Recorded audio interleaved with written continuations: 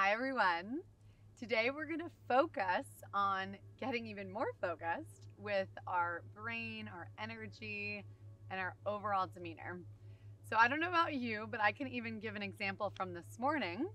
I was trying to write a presentation while I probably took no less than 10 breaks to look at my phone, check my email, respond to a text, walk to the kitchen, get more coffee, come back.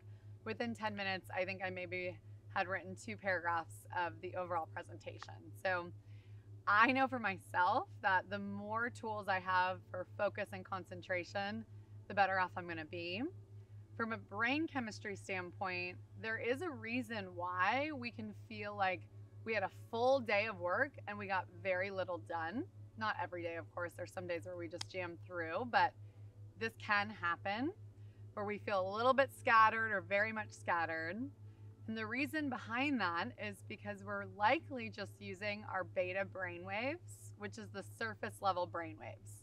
So you can almost think of it like an ocean. The waves on top of the ocean are going to be rapid brainwaves that are going to allow us to do very much trivial tasks or respond to emails or pick up the kids from school, anything that doesn't take a lot of concentration.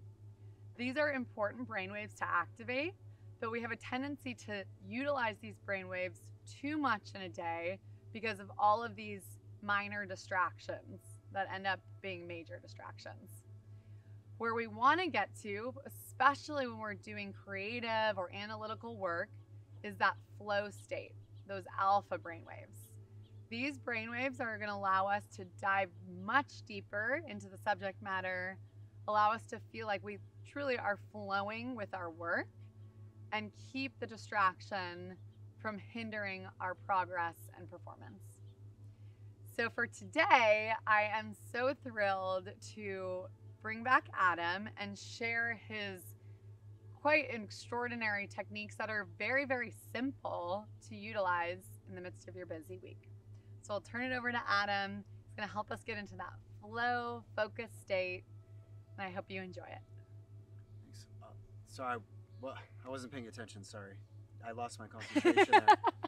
Just kidding. Just kidding. It happens. You it got happens. me. It happens. It's very normal, exactly as Nora said. Just in life, there's a lot of things to take our attention, and it happens more than we'd like, where our concentration, our awareness, and our energy, it just gets pulled outside of us in all sorts of directions, and it can be quite exhausting. So again, we could turn back to the mind training and these time-tested practices to help center and focus our life, our energy, and then those flow states and more harmonious brain states are a natural byproduct of this. So again, keep in mind, when you take the time to sit down and begin these practices, you're sharpening the telescope of your life. And we're bringing that life into focus. And another way to think about it is we've got the monkey mind, which you might have heard of before. And that is where the analogy is that our mind and our energy is like a crazy monkey on a tree, and it's just swinging from branch to branch, unable to be still. And with a little bit of time and a little bit of practice, the monkey begins to calm down. So you tame your monkey, you could say. So that's what we're working on here. So another amazing quality of this is that we shift from sort of shallow work, shallow living, to more depth to whatever we're doing, because we're there. You know, a very popular word is presence, right? We're more present to whatever we're doing, and thus the quality is going to improve. So the first thing that we do is we come back to the most immediate, natural tool that we have, and that's our breath, right? So you got a little taste of the ease by just kind of coming into your natural 3-2-1 breath and your belly breath. But what we're going to do now is bring more concentrated breathing in. So once you find your comfortable seat or you're lying down, eyes can be closed or lightly open, we begin to concentrate on the breath. So natural breathing here. You don't need to count, you don't need to control, you just simply watch your breath, inhale, and you follow it out. Now, often when starting, a common practice is to try to count from 1 to 10. And the joke is, I'll give you $100 if you can make it to 10 your first time trying. It usually doesn't happen. The monkey takes over. But for now, just try maybe getting to 3 inhales and exhales.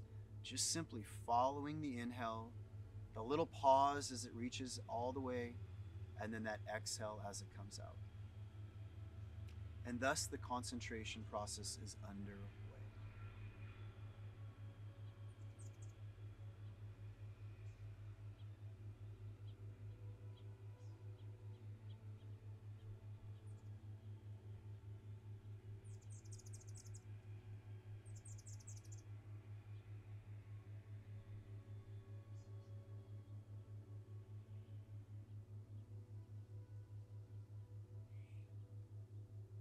So maybe you got to 3, maybe not, but you've started the process of training your concentration mindfulness muscles, so to speak.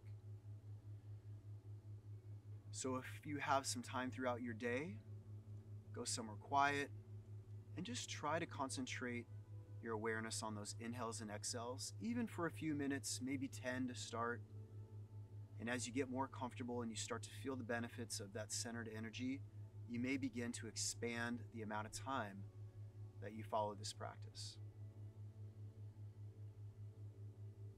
The second practice of concentration that we bring in from a long lineage of meditation culture is what we'll call natural awareness.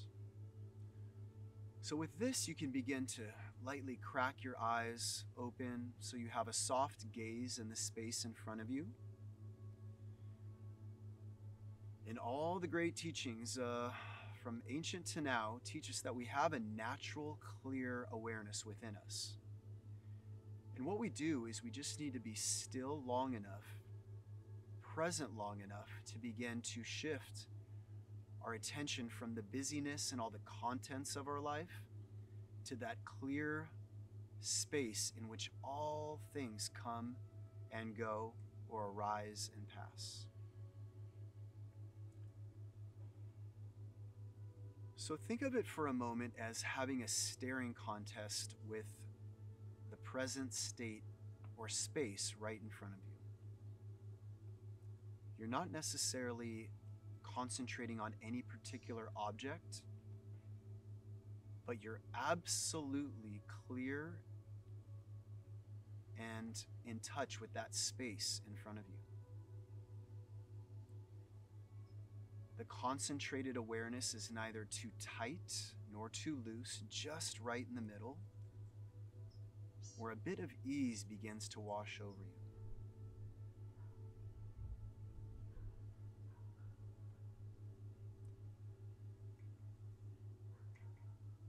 And this is how we say, with a little smile on our face, that your inner Zen master begins to emerge. You're meeting life with eyes open, but you're aware. And in this concentrated space, you start to feel the ability to respond to your life rather than react.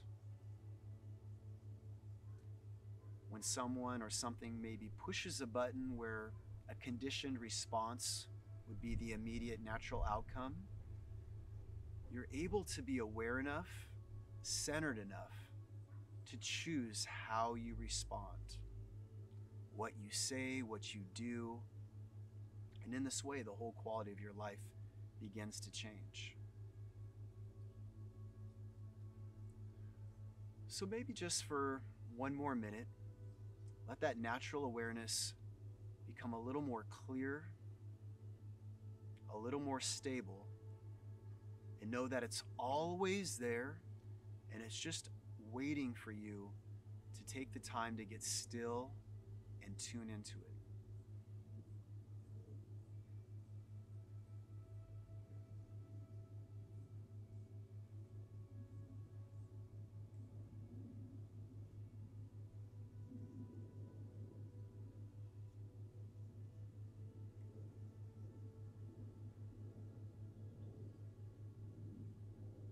And so with these simple tools of just concentrating on our breaths in and out, and then shifting to a concentrated, centered, natural awareness, we begin to change the whole state of how we live, how we work, how we interact.